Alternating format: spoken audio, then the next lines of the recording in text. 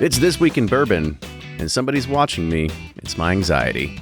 Here's your headlines from March 21st, 2025. The Kentucky Bourbon Festival has announced their new tickets are going on sale.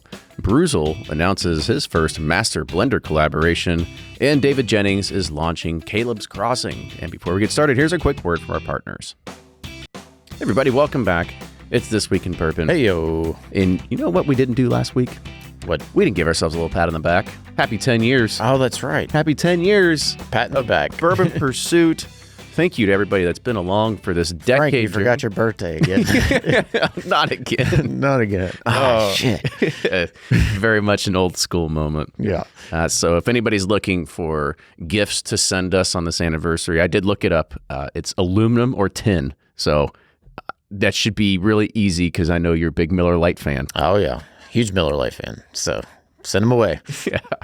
So what's the anxiety thing about the intro? Sorry, I think you're saying that. It's the hottest song that started on TikTok, blew up, and because that's why I don't know it. It is, and because it's actually a clip from Fresh Prince of Bel-Air. Or sorry, yeah, the Fresh Prince of Bel-Air is what is making the dance go viral. Oh. You need to see it. Like the Carlton, or not Carlton. It's not Carlton? It's not the Carlton. It's not the Carlton. That's his name, right? Carlton? That was Carlton, yeah. But it's not the Carlton. You ready to see it? Yeah. And everybody can get an idea of the song so you know exactly what's going on here, too.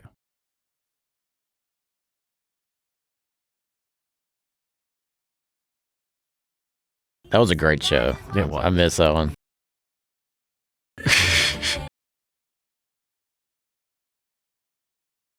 I didn't know if you had like an anxiety animal or something. No, that's it. But it's a dance that's now taken over TikTok. And so now you're up to speed on what's happening in the world of pop culture and TikTok. Yeah, it's been refreshing. You haven't looked at it? I haven't looked at TikTok, but more importantly, I haven't looked at the news in a couple weeks. And it's like, if you don't watch the news, you'll never think the world's imploding. It's like, oh yeah, like the world is perfectly fine if you don't watch the news. Yeah, it's so like I would advise everyone to just do it for 1 week. And like I see all these people on Facebook just losing their shit on every little moment. It's like, just turn off the news and live your life. You'll find that it's so much more enjoyable. Unless you're a Tesla owner right now, I'd be a little scared. Just don't pay attention. just don't drive right now. Maybe that's the best thing. Keep it locked in the garage for let this whole thing blow over. In like a couple months, it's going to be at a value and the price is going to shoot right back up. Yeah, I know, right? It's like you said, your theory from last week. It's all something by people with much larger pockets than us. They're manipulating the market, so it goes down. Buy it now, and then it's going to go back. I was having this conversation with my cousin. It's like, we've been on this planet for, I don't know, humans, who knows, millions of years maybe. Millions? Hundreds of thousands of years. Yeah, whatever. It was 60 million? Yeah. Something like that if we think of the Jurassic period. And guess obviously, what? I don't know my periods. We're still here. Yeah. Well, we're not here. There were dinosaurs. Well, I know, but everything's going to be fine. So, well, not technically if like an asteroid comes and then, that sets off the catastrophic end of things. But that you can't predict. They got you hooked in. They know what they're doing. Oh man. Well, let's talk about a few things here. I do want to put a free plug out there. There is a Facebook page that I have become enamored with recently, and I put it on our Patreon page, and I encourage everybody else to go check it out. Just search on Facebook for American Whiskey History. There's a gal that runs it, and she is just diving into the archives and digging up all kinds of cool old stuff.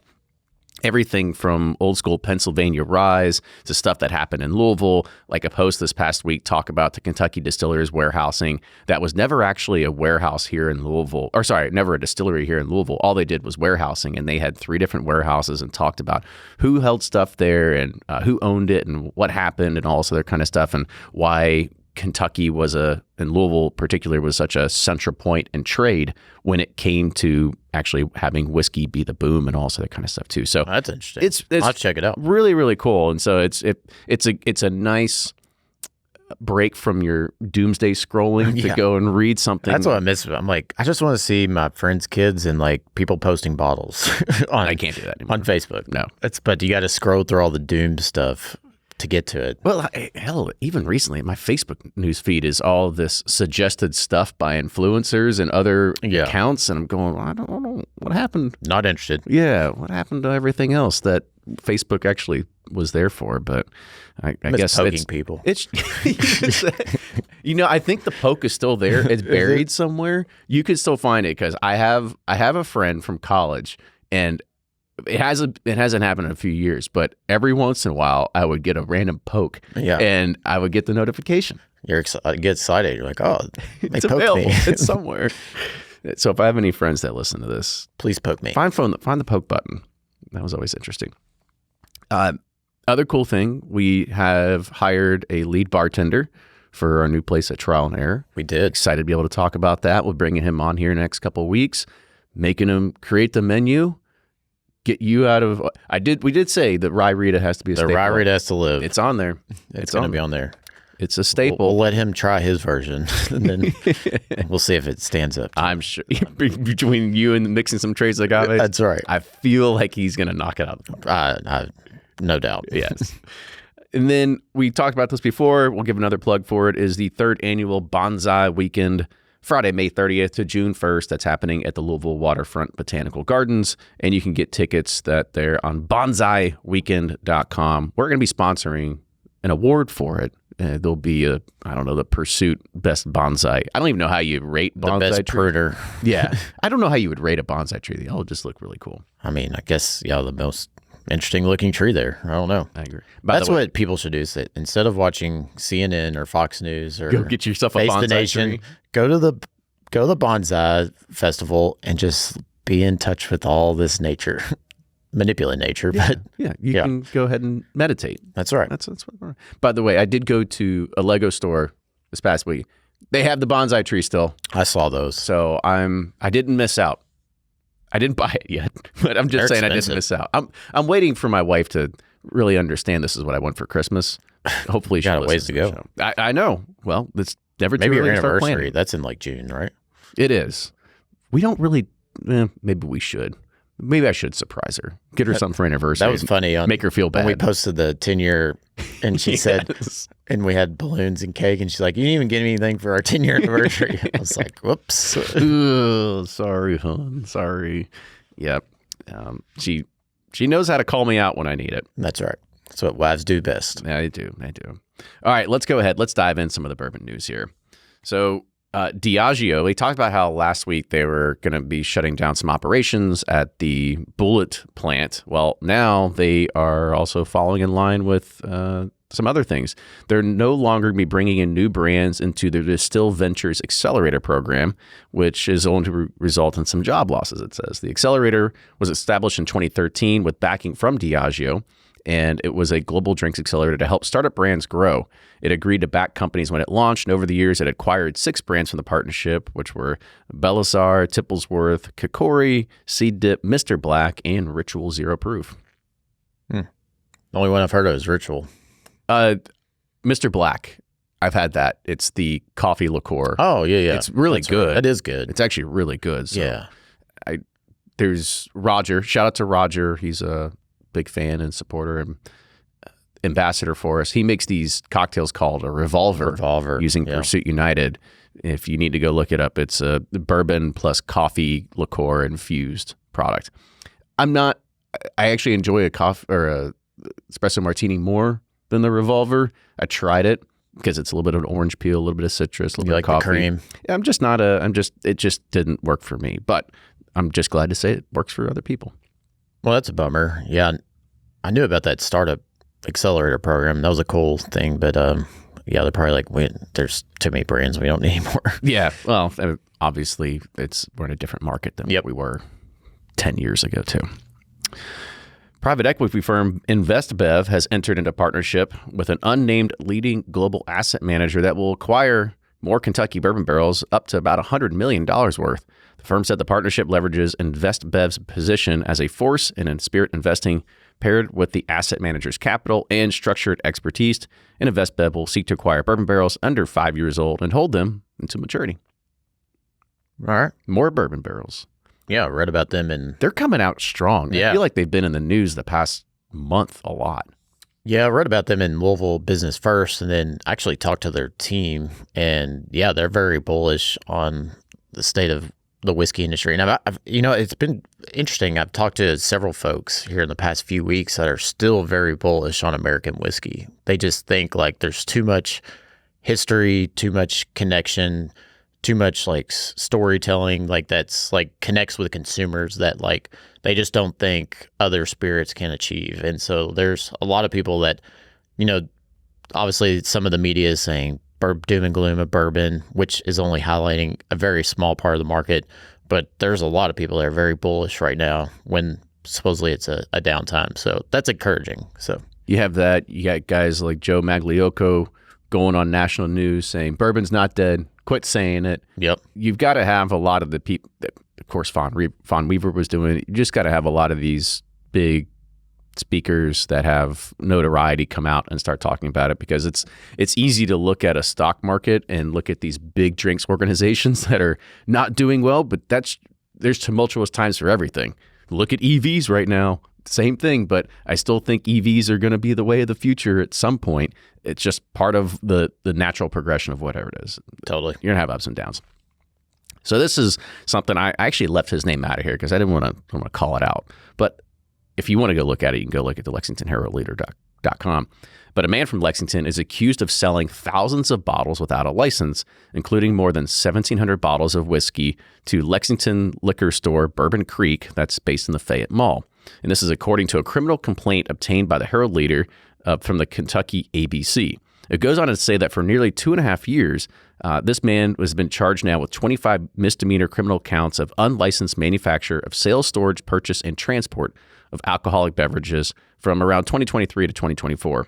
Now, while unlicensed individuals may sell vintage, and unquote, vintage distilled spirits legally to a licensed store, bar, or restaurant, Kentucky state law says that you can only sell 24 bottles in a 12-month period. According to the state, this guy sold 1,377 bottles on 20 different occasions during October, November, and December in 2023, and 330 bottles on 5 occasions in January and February 2024. All these were large quantities of bourbon bought and sought by collectors, including Blanton's, Eagle Rare, Weller, E.H. Taylor, Pappy, and Woodford Reserve Double Oaked, among others. Just hanging out at Buffalo Trace every morning. Him and about, it had to be at least 100 people to amass that amount. That's a crazy amount. A, I didn't know I've never heard of a liquor store in a mall. But B, you'd think it would pick a liquor store that's not so public to do this through. You'd be like, yeah, go to the one that's like, I don't know. That's funny. I saw it posted in a bourbon group, and somebody goes, "Isn't that what we do here already?" Yeah. Somebody goes, "Yeah, but not 1,700 bottles worth." Yeah, that's a lot. Yeah, it is a lot. Yeah, and I know there's been talks about increasing the number because it's hard. Like, because if you have say your parents' estate or grandfather. Could you imagine if you died and be like, "Oh, we got to sell your bourbon collection over the next 30 years, Ryan." 24 at a time. And I know my poor kids are going to have a lot. But what are we going to do with all this? Actually, they'll be fine. They'll get money from it. I don't have a single birthday bourbon in here. What am I going to do with all this? Yeah. But yeah, it's challenging if you have, like, I have a friend right now, his father's, in his upper 80s, he's not doing well, but has amassed like a 500 bottle collection over the last 30 years. And there's some great bottles, but it's hard to trickle out 24 at a time, if you want to do it legally. If you want to do it legally. Yeah. So anywho. So are you suggesting we do it illegally, Ryan? Well, no, I'm saying, just kidding. I think they need to increase the amount you can sell. It's about 500 probably. 500, yeah. Not 1,700. Not 1,700. 500. That's a good haul. Yeah. And you're at the end of the day, you're still getting your tax dollars. It's being reported. You're actually getting getting double taxes. You buy it at the retail, so you get your tax dollars. I get it too. They don't want to encourage, all this stuff. I don't know. Whatever. I don't know if this is going to discourage anything. The secondary market was fine on Facebook a long time ago. It was. Bring back the good secondary market days. That's right. Is that your next T-shirt or hat? Yeah, totally. I think so. Bumper sticker. All right. Our last news article here is that the Kentucky Bourbon Festival, it is that big marquee event we talk about every single year. They have announced their 2025 tickets will go on sale April 17th with early access for quote-unquote bourbon insiders starting on April 16th. I'm assuming that is for people that have been doing it for a couple of years now. But they're going to have 6 different ticket options this year, going from single-day Sunday samplers all the way to like a bourbon taster general admission and to some more extremely exclusive VIP experiences. And we'll talk about it here. So all passes offer unlimited re-entry to the festival, sampling from more than 60 Kentucky distilleries, yours included here, access to exclusive single barrel selections, engaging programs with industry experts, probably to the guy on my right over here, and then also expanding into more dining options. So bourbon enthusiasts have attended the opportunity to purchase special release bottles directly from distilleries, including exclusive Distiller Row series. And those are single barrels that are handpicked by the KBF team, and that'll be available only at the festival. And we're going to have one there too. It's going to be a new United blend there. So to make it easier for others to experience this, there are going to be more lockers available this year, so you can store your stuff in there. In response to demand for more premium events, there's a revamped programming schedule that will offer a greatly expanded offerings in the Great Tent with more events and more capacity while still providing high-quality, engaging experiences. You can hear from master distillers, secondary finishes, and blah, blah, blah, blah, blah. Now, this is the big one here. I'm going to skip forward to the VIP packages here. So the festival's VIP packages have proved very popular, selling out within 10 minutes in 2024. And all VIP packages include daily early entry, a crystal Glencairn glassware, 1 bourbon locker, bottle signings by master distillers, a ticket to Bourbon There on Thursday, and access to the VIP lodge with premium catering, exclusive neat pours, cocktails not available elsewhere. Ticket prices are also going to range from $190 from the 3-day bourbon taster pass up to $1,395 for the VIP Decanter Club and a brand new ultimate experience, the Oris President's Club, which is limited to just 24 guests for $7,000. Oh, wow. Yes. What does the President's Club get you?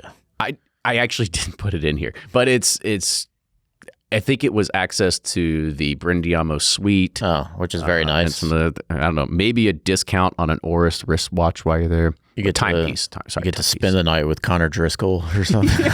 Like a cotton, like the Heaven Hill Rick House. Or, that's right. Yeah, get a sleepover and tell ghost stories. Instead of going in the speakeasy with Brent Elliott, you get bedtime stories with Brent.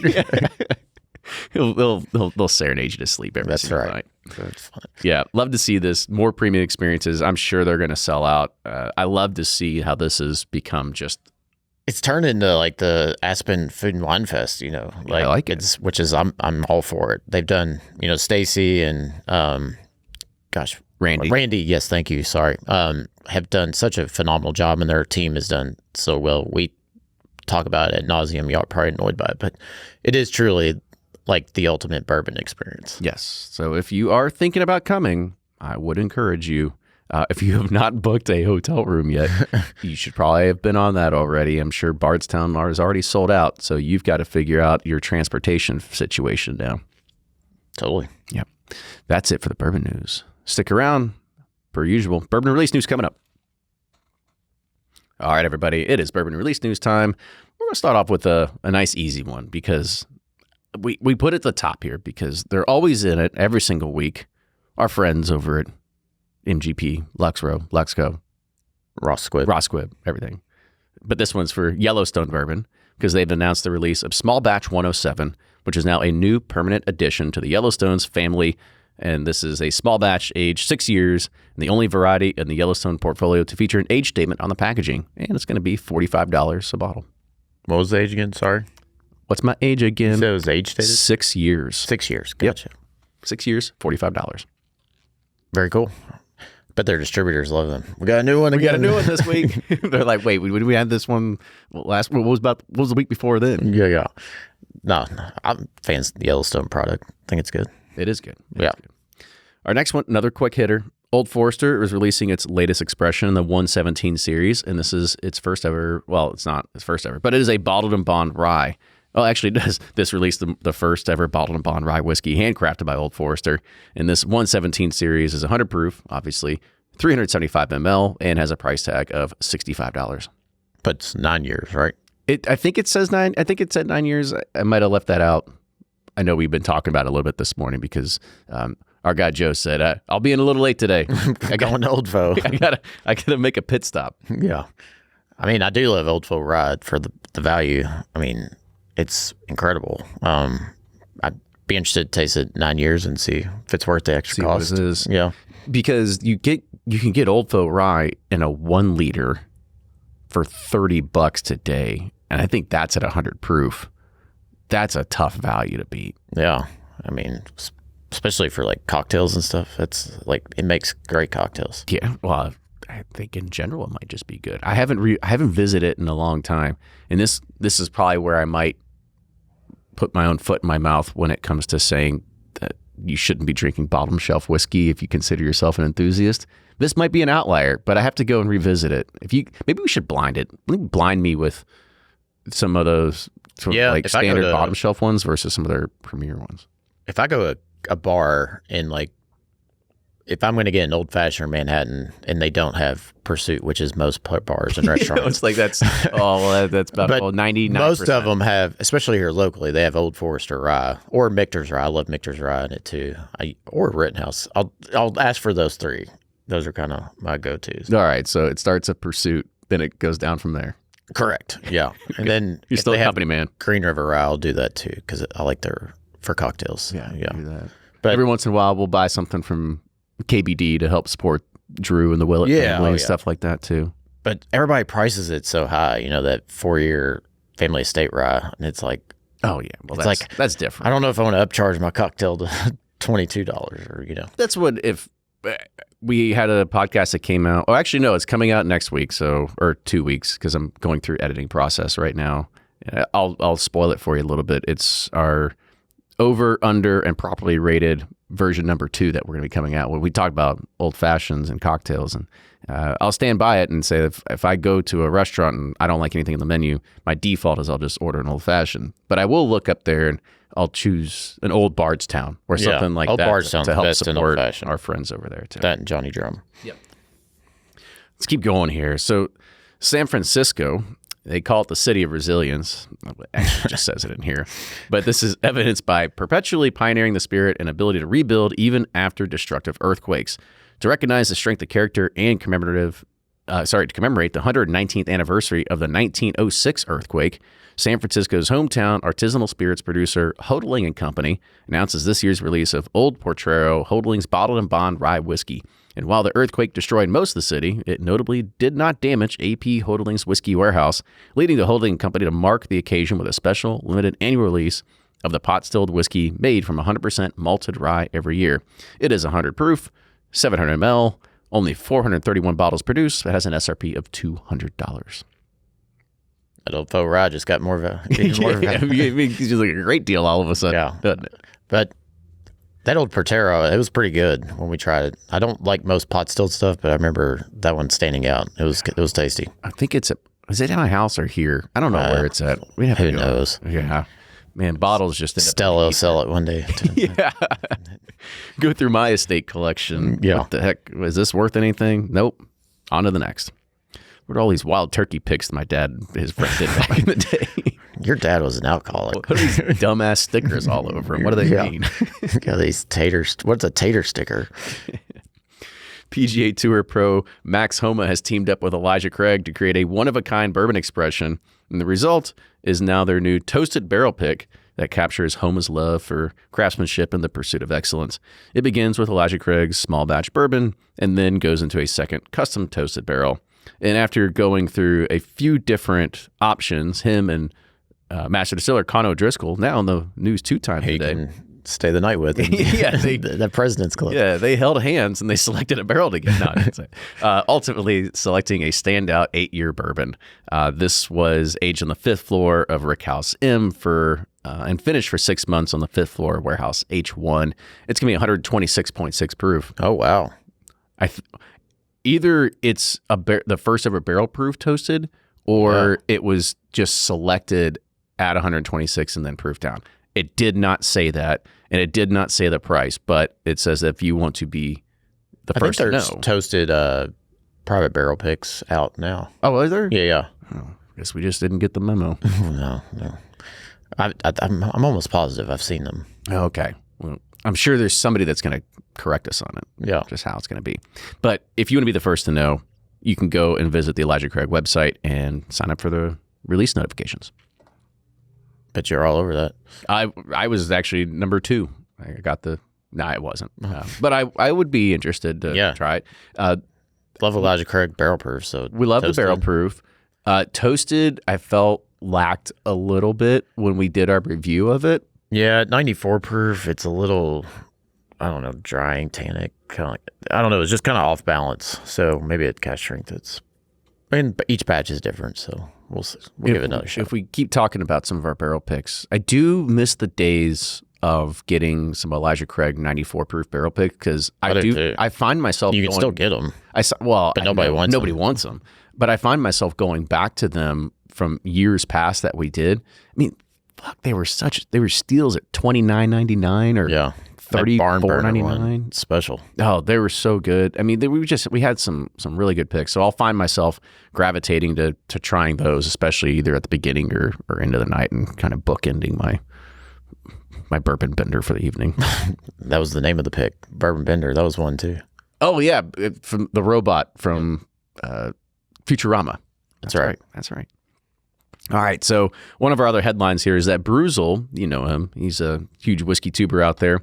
He's now teamed up with Old Dominick Distillery to announce their first ever master blender collaboration. Last year, Brewzle brought 3 contestants to Old Dominick to compete in a one-of-a-kind blending challenge. Their mission was simple: create the best blend of straight bourbon whiskey using selected barrels from Old Dominick's inventory. After an intense competition, the top 2 5-barrel blends were chosen for this release. In a unique twist, the winner of Brewzle's Master Blender competition will be decided by those who drink it. So each bottle features a QR code allowing buyers to vote for their favorite blend. Both blends are available for purchase as a bundle while supplies last. You can either get these at the Old Dominick Distillery or online at brewzlepicks.com, and it's $90 for the set. That's fun. Yeah, it's cool that instead of just being like, nope, this is the one, they'll let you decide. Exactly. Yeah, it's a fun... Yeah. I'm sure Old Dom was like, oh, you want 10 barrels? Hell yeah. Yeah, you want to double it? Perfect. Let's do it. Easy enough. No, I like it. This is a new thing. I talked to Seth. He's the community manager. They're going to start doing this at more different distilleries and trying to figure out how they can create new and interesting things, because you've seen other folks that go to distilleries, they create a blend, they put it out there, and it sells out immediately. But this is interesting because not only do they bring their community into it, you get to decide and figure out, well, which one was your favorite, and you get 2 unique variations and offerings. Yeah, so it's very cool. It's very progressive thinking. I like it. And this warms my heart. This next news story, I've yearned for it and waited for so long, waiting for yet another animal to grace our presence from the Milam and Greene catalog. Okay, they are now unleashing the encyclopedia of animals. This is the Grey Wolf straight bourbon. Nobody howled. I can't believe it. Didn't get a single one there. But this is a blend of 2 6-year-old cask strength collector's edition bourbon casks that are sure to sell out in minutes, they say, just like each of the previous Wildlife Collection releases. Grey Wolf is the first release in the Milam Greene 2025 Wildlife Collection, which means we have a whole year of new wildlife creatures to go. We need to print a list of Texas animals and just mark them off each month. To go through here. Yeah. The Roadrunner, which explores That's been taken. Yeah. Oh yeah, it did taken, didn't it? And some bats. Yeah, there we go. We had bats too, didn't we? Yep. The guano release. So the Grey Wolf barrels spent roughly half their time aging in Kentucky and the other half in Texas. Goes through the harshest winters. They did put that in there, but I was like, yeah, I don't really want to do that. But this first release is named for the largest species of the wolf family, which historically hunted in the lands where the distillery is now located in Blanco, Texas. Grey Wolf pups are born in the spring, just like this release. It was distilled at Green River Distilling Company in Kentucky with a mash bill of 60% corn, 36% rye, 4% malted barley. Barreled on May 18th, 2018, aged in Owensboro for 3 years and 8 months and 25 days before being transported to Blanco, Texas, and aged 3 days on a trailer going to Texas. we didn't put the sloshing in there. Yep. An additional 3 years and 1 month on the north side of Rickhouse 2. Grey Wolf straight bourbon was bottled on March 14th and has plenty of bite, 125.5 proof, and this will be available for $149.99. bite you like a wolf. Yeah. like a wolf chasing an elk and taking it down. Yeah, man. I'm just so happy these are back. I am too. We missed them. Thank you, Milam and Greene. Keep them coming. Keep them coming. We should probably get a project board out and just start figuring out like what are the next animals that are going to come out. I don't know. It's got to be at some point they've got to run out. I think we should look outside of our warehouse here and pick animals. Like I see squirrels and the common gray pigeons squirrel and robins. We'll start naming ours. Yeah. There's the sewer rat. We don't have any rats here. Come on. I know. I'm just saying out in the street. Yeah. We have sewer rats? I don't know. I was like, I've never seen a sewer rat. I'm just thinking of city animals. Yeah, it was like the raccoon. Is that how you say it too? The raccoon? This one's on the opossum. This one's been sleeping, pretending it's asleep for 6 years. Just like our whiskey. That's right. All right, so we're going to keep going here. So 4-time NBA champion and 2-time MVP Steph Curry is elevating his legacy in the spirits world with the release of Gentleman's Cut Player Exclusive number 4 edition, meticulously crafted from straight rye whiskey over 4,000 days. I didn't do the math. This rare limited edition release commemorates his remarkable achievement of making 4,000 career three-pointers. 14 years? 4,000 days? I don't know. You got a calculator right there. I was trying to figure it out. Hell. Do it while I keep reading here. The Gentleman's Cut Player Exclusive 4 edition is a one-time release of only 1,000 bottles, making it a must-have for collectors, connoisseurs, and Stephen fans alike. This particular edition is available through select retailers online and a rare opportunity to own a piece of history. This bottle will be available for a total of $333. 11 years. 11 years. Well, 10.95. Okay. $333. Yeah, I mean, Steph Curry's a baller. He's got a lot of championships, made a lot of threes, and he's got a huge fan. My son loves Steph Curry, so I'm sure these sell like a no problem. Hey, he comes up in my TikTok feed from time to time. Yeah, I get the ESPN highlights, and he's a baller. He is. That's what comes out of it. All right, one of our second to last news stories. The other headline is that Washington Lafayette and David Jennings, you know him as the founder of Rare Bird 101, they've announced the launch of Caleb's Crossing. So this inaugural release presents 2 new American whiskeys. You have a dual cask finished bourbon and a straight rye whiskey finished in Pinot de Charente barrels. I hope I said that correct. Yep. Pinot de Charente. Charente. So the T is silent. Yep. Well, in my vocab. Okay. Silent T. Got it. So born out of Jennings' appreciation for American whiskey and his father's love of French wine and brandy, Caleb's Crossing is both an exploration of flavor and a celebration of family. The brand serves as a tribute to their ancestor and Revolutionary War veteran Caleb Jennings, who journeyed from Goochland, Virginia, to the French settlement of New Bordeaux, South Carolina. Caleb's Crossing dual cask finished bourbon features a blend of 2 high rye straight bourbon whiskeys finished in first fill Pinot de Charente and Armagnac casks. And my notes just refreshed on me. Hold on. There, we're back. And Caleb's Crossing rye whiskey originates from the single barrel of 95.5 rye that underwent a second maturation in a first fill white Pinot de Charente cask. Similar to the dual cask finished bourbon, and actually both of these, they went through a slow proofing method that was employed during a 7-month period to maintain balance. These expressions will be available in limited quantities at a suggested retail price of $150 a piece. Yeah, I've been talking to David about this project because Oh, you didn't want to include me? Well, he didn't want me to I don't know. I got loose lips? I don't know. I'm just kidding. I'm not going to be like, hey, Kenny, you want to jump in on this text? But he told me about this project, and I was excited about it because I, too, have really wanted to explore Pinot de Charente and what it would do for our whiskey. I've been so damn busy, I haven't had time to do it. But I want to do that because I do, we had a rum from Rolling Fork, and they did a rum finish in Pinot de Charente, and I thought it was out of this world good. And so, what kind of, is it a certain wine? Is there a certain flavor? Yeah, it's a type of grape. So they have a red variety and a white varietal of Pinot de Charente, and it's kind of like a real sweet, vibrant fruit wine. So like a port, or I guess port is more earthy and a little more dense. Yeah, this one's more brighter, fruitier. I don't know the hit, but anyways, the rum that we had from Rolling Fork inspired me to explore Pinot de Charente. Then David said he was doing this project, so I was excited to see how it turns out. So I'm very excited about this. Very cool. Caleb's Crossing sounds like a novel or something. It does. But I love it. Him and his dad got to work together. It's a pretty cool story. We should bring our dads into something. Yeah. My dad's like, where's the Diet Coke? Can we blend some Diet Coke? We can. Or he does Fanta too, like Diet Fanta. Well, we could Fanta finish. Yeah. I know. I had that idea. Do you remember I had that idea of like filling a barrel with like, I was trying to do it with like that We sorghum it. cherry wine. Oh, okay. You know, a cheer wine or whatever it's called, cheer wine. I don't drink it. Oh, okay.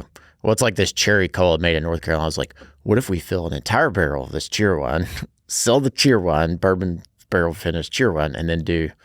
Is it carbonated? Yeah, it's carbonated. Can you fill a barrel with carbonated I'm food? not saying it was a good idea. I was just Okay, all right. In my head, I was like thinking this through. Now, if you would have grabbed the syrup before carbonation, there's possibilities there. Yeah. I don't understand. Well, anyways, they why- weren't interested. Oh, That's what I did because I brought this up to you all, and you're like, you can't do the carbonate, you got to do the syrup. And then so I reached out to them about buying the bulk syrup for like, you know, they use in fountains, and they were like, no, we're not interested. We're not interested And I was in like, doing this. fair enough. Well, to be fair, I don't see a reason why a Good Times or somebody couldn't actually fill a barrel with Coca-Cola syrup or something like that. Let Sure, it they sit. already do. Let it sit there for a while. Dump it. You could put those back in bags. Put it into a soda machine. Then you have barrel-aged Coke. Then you have a barrel with Coca-Cola syrup in it that you would then do. I know. Just I had saying, this idea. It's I don't understand why you couldn't do it. There's nothing different than Coca-Cola syrup versus putting in wine. Maple syrup. Other than adding sugar to it, it's still There's plenty of sugar. sugar and everything. Yeah. Well, I know. Well, I'm saying like there's sugar already in the Coke. There's not natural. Or there's natural sugar in the wine, but you're not adding sugar to it. But if you did Coke Zero, you're not adding any sugar. I need Coke Zero syrup. This is a rabbit hole. I know. I did find myself enjoying a Coke Zero about a week and a half ago. We went to a burger joint, and it came with a Coke. I usually, even when it comes with a free drink, I'll just go fill it with water anyway. And I was like, I'll give it a little Coke Zero. And I was like, wow, this is refreshing. These are the tastes that I miss sometimes. I like doing the Diet Dr. Pepper Zero ones. They're solid. They're good. They're good. Dude. Yep. All right, here's our last news story, and this isn't even bourbon related, but I thought it was awesome because NBA star Shaquille O'Neal, he is now investing into an RTD company after investing in Beatbox beverages. So Beatbox RTDs, have you seen Beatboxes before? I haven't. Okay, I have a lot because they're all at EDM festivals. They're all over the place. Makes sense. This is all gonna come together here in a second, and I've had them before. They are not delicious, but they are high. They're 11.1% ABV. Oh my gosh. Yeah, and so it comes in a. Remember with the coconut waters and those Yeah, like the cardboard Terra beer boxes? container. Yeah, the Terra container. Yeah, and so that's what they come in. But it says it's low in sugar and gluten free. But Shaq But now strong has in alcohol. yes, it is strong in alcohol. Which I guess if you're going to these music festivals, you're looking to get the most bang for your buck, and you're not wanting to get a 5% tall boy of Yeah, for $16. exactly. And so you can do this. But Shaq now has his own special recipe, and it's all the blueberry lemonade flavor. It's been created with him in partnership, and it's described as a bold, boozy twist on the classic blueberry lemonade. The RTD's design also pays homage to O'Neal's music moniker. If anybody that doesn't know this, Oh yeah, Shaq Diesel. DJ Diesel, and features the doodles of lemons and lightning bolts and blueberries and a DJ turntable. It's available in a 500 ml format, and O'Neal's Beatbox Blueberry Lemonade will be available nationwide at Specs, Total Wine, other liquor stores, as well as Walmart's, Kroger's, Hebs, and other convenience stores like 7-Eleven and Circle K. Good for Shaq. I was a huge fan of Shaq, and if you haven't, you got to watch the 30 for 30, ESPN 30 for 30 about Shaq and Penny Hardaway. This is pretty good. About the Magic. It's a fascinating story. So yeah, it's really a really good 30 for 30. All right, I'll do that. And what you're going to do I got to drink a beatbox. No, you're going to get a beatbox, and then you're going to pull up YouTube, and you're going to look at DJ Diesel at Lost Lands in 2022, because I got to see him in concert. Oh, there. no way. Oh, yeah, I've seen actually Shaq 3 times in person. He's a good beacon. He's so tall. He is. It reminds me of, I went to this, I think it was one of those Delp parties. What do they call those? in UK. It was like those big field parties. Oh, Mekong Delta. Yeah, and like, this is for UK people, but when Shigari was there, like you would get lost and you'd be like, I'm like 10 people over from Shigari, because he was like 7'4". Yeah. And so it was funny. Yeah, that's awesome. That's awesome. Well, that is it. That is all of the bourbon release news. We had some good stories this week. That was fun. That was fun. I enjoyed it. But with that, cheers, everybody. We'll see you next time. Toodles.